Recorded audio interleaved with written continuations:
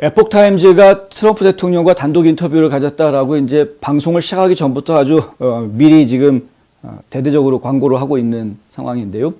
좀 의미 있는 이야기들이 좀 많이 나왔던 것 같습니다. 정규 방송은 다음 주 월요일, 그러니까 2월 7일 월요일 동부 표준 시간으로 8시, 저녁 8시에 epochtv.com 웹사이트인데요. epochtv.com 그 웹사이트에서 이 방송을 내보내겠다라고 지금 예고가 되어져 있는 상황입니다. 이 방송 프로그램을 진행하는 사람이 캐시 파텔이라고 전에 트럼프 대통령 때 수석보좌관을 했었던 인물입니다. 바로 이제 이 인물이죠. 지금 그런 인맥이 있었기 때문에 이제 이런 단독 인터뷰가 가능했었을 텐데, 어쨌든 그 캐시의 코너라는 프로그램을 지금 에폭타임즈에서 운영을 하고 있고, 이 프로그램을 통해서 지금 이제 이 방송이 나간다고 하고요. 이 방송에서 이 트럼프 대통령이 하는 이야기들 중에 현재까지 지금 공개되어져 있는 게 두 가지가 나와 있는데, 하나는 모든 의무화 조치들, 백신 의무화든 마스크 착용 의무화든 이러한 의무화 조치들 이제는 끝내야 된다. 그런 이야기를 했다라는 것이죠. 트럼프 대통령은 인터뷰에서 이렇게 얘기했답니다. 그것들은 끝나야만 하고 시작하지 말았어야 했다. 트럼프 대통령은 의무화 명령을 내린 적은 없었습니다. 마스크 착용 이거 강제화해야 되는 것 아니냐라는 논란이 초기에 상당히 많이 일었었습니다. 2020년 초기에 백악관에서 이 코로나 바이러스 대책 태스크포스 팀이 만들어지고 나서 거의 매일 기자회견을 하고 매일매일 이 코로나 바이러스에 대한 상황들을 국민들에게 전달을 하는 그런 과정이 있었죠. 근데 그 당시에 마스크 착용을 해야 되느냐 말아야 되느냐라는 논란이 굉장히 크게 일었었습니다. 그때 상당히 벅스도 그랬었고 파우치도 그랬었고, 마스크 착용을 하면은 좋으나 추천은 하겠으나 해도 그만 안 해도 그만 이런 식으로, 그거보다는 오히려 사회적 거리두기가 더 중요하다, 이런 식의 이제 이야기들을 했었죠. 그러면서 마스크 착용 의무화하겠다라는 얘기 하지 않았었습니다. 물론 셧다운은 초기에 있었던 것은 저희가 기억을 합니다. 스테이 앳 홈 해가지고 자택 대피령 이렇게 내렸었던 것을 저희가 기억을 하죠. 근데 일종의 것이 이제 봉쇄령이었었고, 그 봉쇄령이 떨어지면서 상당히 많은 일자리가 사라지고 큰 이제 경제적인 충격을 저희가 받았던 것을 제가 기억을 하는데, 그 봉쇄령 한번 내렸던 이후로 그 다음에 또다시 봉쇄령을 내리는 것에 대해서 트럼프 대통령은 계속해서 머뭇거렸던 모습을 보여줬던 것도 저희가 기억을 합니다. 그리고 사실 그 1년 시간, 트럼프 대통령이 계속 팬데믹 하에 있었던 한 1년 정도 되는 시간 안에 굉장히 많은 일들이 벌어졌던 것도 저희가 기억을 하죠. 남들이 불가능하다라고 이야기했던 백신 개발도 끝냈고, 그리고 또 이제 중국이라든가 유럽 같은 곳들에 대한 그런 이제 선제적인 국경 차단 이런 것들을 통해서 바이러스 확산을 최소화하기 위한 노력들, 그런 좋은 조치들을 많이 있었고요. 그런 것들 저희가 기억하고 있는데, 어쨌든 이 의무화라는 것은 하지 않았던 거죠. 백신을 만들었을 때에도 이 백신 만들어 놓은 것을 갖다가 전 국민한테 다 의무적으로 맞추겠다라는 말은 일체 나온 적이 없었습니다. 트럼프 입에서는. 백신을 무료로 공급하겠다, 이 얘기는 했죠. 그리고 가장 빠르고 효율적으로 공급하겠다. 군부대를 동원해가지고 상당히 빠른 시간 안에 전국에 이게 백신이 보급되게 하겠다. 이런 와프 스피드 같은 그런 작전들은 다 세웠지만, 백신을 의무적으로 맞추게 하겠다, 모든 국민한테 안 맞으면 안 돼라고 하겠다라고 한 적이 없습니다. 트럼프는. 이게 바이든 행정부가 들어서고 나서 이런 의무화 조치들이 나오죠. 마스크 착용도 의무화하고, 근데 백신 접종도 의무화하고, 이런 상황들이 지금 벌어지고 있는 것이다. 트럼프 대통령 처음부터 이런 거 반대했다. 에폭타임즈와 인터뷰에서 트럼프는 이렇게 이야기합니다. 바이러스를 물리치겠다라고 약속한 바이든이 전염병 관리에 그런 끔찍한 일을 했다라고 얘기합니다. 그들은 자신들이 무엇을 하고 있는지 모르는 것 같다. 그리고 그가 들어와서, 바이든이 들어와서 나는 코로나를 해결할 것이다 라고 했다. 그들은 그 해에, 바이든이 대통령으로 있는 해에 더 많은 사망자를 냈고, 그것은 우리가 치료제, 백신, 모든 것들을 다 개발한 이후인데도 불구하고 그런 일들이 벌어졌다. 이 트럼프 대통령이 이 방송 인터뷰에서 한 말이라고 합니다. 공화당은 전염병 초기에 폐쇄를 강요하지 않았지만 그의 코로나 자문관인 앤서니 파우치 박사 그리고 데보라 버크스 박사는 사람들이 집에 머물러 있을 것을 권고했고 많은 주들은 소위 필수적이지 않은 사업체들을 폐쇄하도록 강요하는 이런 상황들이 전개가 됐었습니다. 그래서 민주당이 이끌고 있는 주와 공화당이 이끌고 있는 주 이 사이에서 상당히 다른 모습을 보여주었던 것을 저희가 볼 수 있었고요. 그것은 이제 바이든이 정권을 잡고 난 이후에 각 주에서 알아서 진행할 수 있게 추진해 왔던 것들을 연방 차원에서 전부 다 통과를 하고 일괄적으로 명령하고 집행하려고 하는 그런 강압적인 모습을 보이면서 갈등이 더 깊어지게 되는 이런 것들을 저희가 보았다. 그러니까 트럼프 대통령이 만들어 놓았던 구조가 잘 작동하고 있었는데 근데 그 잘 작동하고 있었던 구조를 갖다가 들어와 가지고 다 그냥 이렇게 깨놓은 뭐 이런 상황이 돼버렸던 겁니다. 24개의 연구들에 대한 메타 분석이 있었는데요. 이 메타 분석 결과에 따르면은 봉쇄, 그러니까 락다운이라는 것을 하는 것이 코로나19 사망률의 전혀 또는 거의 영향을 미치지 않는다.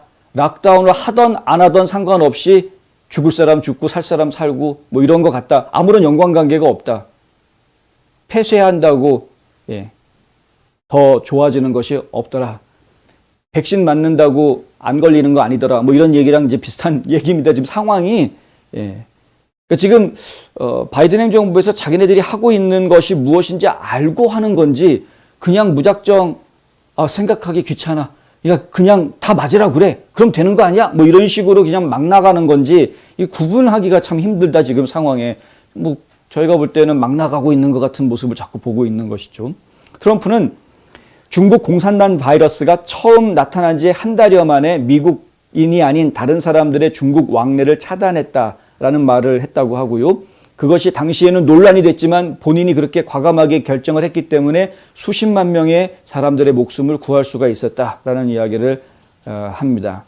나는 중국에 대해 우리나라를 폐쇄했고 수십만 명의 생명을 구했다. 그리고 나는 이탈리아, 프랑스, 스페인에서 일어나는 일을 보고 유럽에 대해서도 문을 닫았다. 그리고 그 두 번의 폐쇄는 그것들은 수십만 명의 생명을 구했다. 트럼프 대통령이 굉장히 지금 자랑스러워하는 부분입니다. 어느 누구도 예측할 수 없었던 것을 과감하게 결정하고 추진했는데 딱 맞아떨어졌던 몇 가지 사항들 중에 하나죠. 트럼프 대통령이 그런 부분들이 있습니다. 이제 이런 것을 직관력이라고 하는데요. 제가 이제 직관력 얘기가 나오면 항상 예를 드는 게 있습니다. 뭐냐면은 구구단 예인데, 구구단 예인데, 이거 뭐 좀 개인적인 얘기라서 창피하긴 합니다만 이해를 도와드리기 위해서 잠깐 설명을 드리면 제가 국민학교 3학년 때, 저희 때는 국민학교라고 불렀으니까 국민학교 3학년 때 구구단을 외웁니다. 그때 친구들이 그 반에서 구구단을 못 외우는 사람이 저 하나였습니다. 3학년이 됐는데 구구단을 못 외우다니 다들 야유를 퍼붓는 그 수업 시간에 막 불려나가가지고 칠판 앞에서 멀뚱히 서 있는 거를 이제 1시간 그렇게 서 있는 벌을 받았는데 화가 나서 그냥 그날 밤에 외웠습니다만은. 근데 왜 제가 그걸 안 외웠느냐? 아니, 뭐하러 구구단을 외웁니까? 예를 들어서 더하기 할 줄 아면은 구구단 몰라도 다 되는데 3, 3은 9 외울 필요 없는데요. 3을 3번 더하면 9입니다. 3을 3번 더하면 9 나오잖아요. 구구단 뭐하러 외웁니까? 쓸데없이. 이렇게 얘기했었습니다. 제가 고집을 부렸던 거죠. 근데 창피를 당하고서야 화가 나가지고 그냥 외워버리긴 했습니다만 그거 외우고 나니까 그 다음부터 계산이 훨씬 빨라지고 그렇죠. 더 큰 것을 빠른 시간 안에 계산할 수 있게 되는 이런 효과가 있죠. 그럼 다 이해가 되시죠. 구구단을 괜히 외우는 게 아니다. 마찬가지입니다. 이제 그러한 것이 직관력인데요. 하나하나 절차를 밟아가지고 논리적으로 이렇게 이러니까 이래서 이렇게 되겠구나라고 한 단계 한 단계 생각할 수 있지만 그러한 단계들이 뭐 거의 정확한 것이기 때문에 그냥 바로 점프해서 이거는 이렇게 되는 거야 라고 결론을 지을 수 있는 바로 그런 부분들. 예를 들면 뭐 바둑이라든가 장기 같은 것을 둘 때 그때 상대방이 이렇게 움직이면 내가 움직일 수 있는 가능성은 엄청나게 많지만은 사실은 이렇게 움직였기 때문에 나는 이렇게 움직이는 게 가장 좋은 거야 라는 게 바로 공식처럼 만들어지듯이 그렇게 중간의 과정들을 뛰어넘어서 결론을 딱 찾을 수 있는 것이 바로 직관력입니다. 이런 직관력은 상당한 시간 동안의 훈련과 경험을 통해서 얻어지는 것인데 트럼프 대통령한테 이제 그런 게 있었다라고 저희가 믿는 거죠. 예. 그런 모습들을 몇 번 저에게 보여주었고, 요번엔 2020년도에 중국에 대해서 국경 차단하겠다, 유럽에 대해서 국경 차단하겠다, 이러한 결정들을 할 때 분명히 그러한 직관력이 작용했던 것을 저희가 봅니다. 그래서 트럼프 대통령의 이 정책을 보통 다른 사람들이 따라잡기가 쉽지가 않은 겁니다. 굉장히 몇 수 앞서가는 정책을 쓰는 것이기 때문에. 근데 그러한 것을 논리적으로 풀어서 이건 이러이러하니까 이렇다라고 풀어서 설명해 줄 사람이 지금 주변에 없는 겁니다. 그게 이제 문제인 겁니다. 그걸 풀어서 보통 사람들이 이해할 수 있게 설명해 주는 사람이 나타난다 그러면, 그러면 국민들이 트럼프를 훨씬 더 쉽게 이해하고 더 좋아할 텐데, 안타까운 부분이라고 할 수도 있는 모습이겠죠. 하여튼 그렇고요. 그리고 이제 또 한 가지 이 인터뷰에서 나왔던 이야기가 바로 존 더럼 특검에 대한 이야기인데, 존 더럼 특검에 대해서는 사실 트럼프 대통령도 한참 기다리다가 도대체 더럼은 어디 갔느냐, Where are you? 막 이러면서 이제 답답해했던 그런 모습들을 저희가 보았습니다만은, 이날 인터뷰에서는 더럼에 대해서 이렇게 이야기합니다. 많은 일이 올 것이라고 들었다. 많은 일이 올 것이라고 들었다. 이렇게 이야기합니다. 그러니까 더럼 특검이 준비하고 있는, 조사하고 있는 내용들 중에 저희가 관심 가질 만한 결과들이 상당히 많이 있을 것으로 지금 기대를 하고 있습니다. 현재까지 이제 2명을 기소한 상황인데 그것을 넘어서서 더 많은 일들이 벌어질 것이다. 저희가 기대하고 있기는 힐러리 클린턴을 직접 저격하는 것까지 가지 않겠느냐라고 기대를 하고 있습니다만, 그건 저희가 좀 더 두고 봐야 될 상황인 것 같고요. 우리는 무슨 일이 일어났는지 볼 것이다 라고 트럼프는 이야기하면서, 그러나 그가 하고 있는 일은 현재 미국에서 하고 있는 가장 중요한 일 중 하나다라고 말했다고 합니다. 그러니까 더럼 특검이 하고 있는 일이 그만큼 중요한 역할인데 그 결과가 어떠할지는 시간이 좀 지나면서 하나씩 더 밝혀지게 될 것이다. 중간중간에 더럼 특검에 대한 소식이 들어오면 저희도 계속 전해드리도록 하겠습니다. 지금 일단은 2명을 기소한 상황이고 힐러리 클린턴 캠프가 깊숙이 관여해 있다라는 것까지는 알았는데, 힐러리 클린턴이 직접 지시를 했는지의 여부 문제가 지금 아직 분명하게 밝혀지지 않은 상황이어서 그 부분이 지금 집중적으로 조사가 될 부분이 아닌가라는 생각을 저희가 지금 하고 있고요. 실제로 러시아와 결탁했던 건 트럼프 캠프가 아니라 힐러리 캠프였다라는 결론으로 가게 될 것 같은데, 그 상황 저희가 좀 계속 지켜보도록 하겠습니다. 하여튼 2월 7일 다음 주 월요일 저녁 8시 저희 뉴스앤포스트 이 뉴스 브리핑 끝나자마자 이제 이 epochtv.com 들어가시면 트럼프 대통령 인터뷰를 보실 수 있을 것이다. 그 내용이 상당히 좀 기대가 된다라는 정도 전해드릴 수 있겠습니다.